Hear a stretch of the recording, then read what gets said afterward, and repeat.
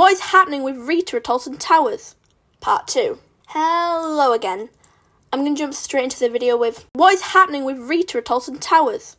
Part 2. So, as you most likely already know, Rita was having problems in April and May after shutting for about 25 days, but now it's having problems once more. Rita hasn't operated since around the 3rd of June, so it hasn't been operating for over a month. This is a long time for a coaster of such popularity at the park.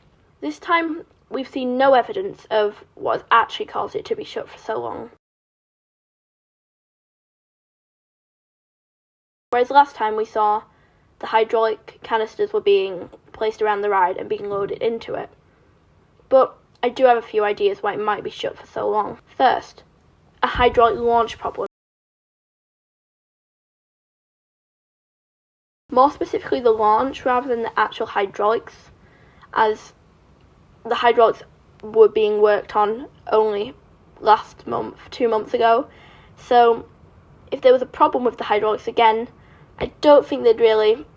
I think something major would be happening to the ride and it would have been announced.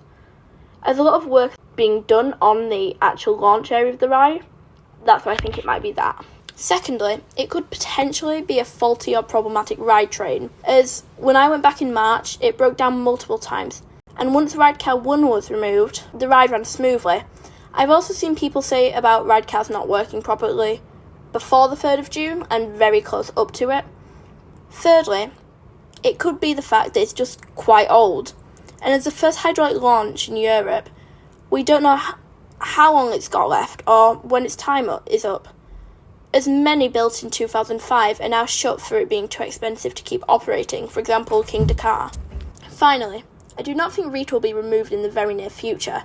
Think end of this year, end of next year, for a few reasons. First of all, they're currently extending the ride access past queue line, which I personally do not think would be a priority of Towers if the ride was only being kept open for 1 or 2 more seasons.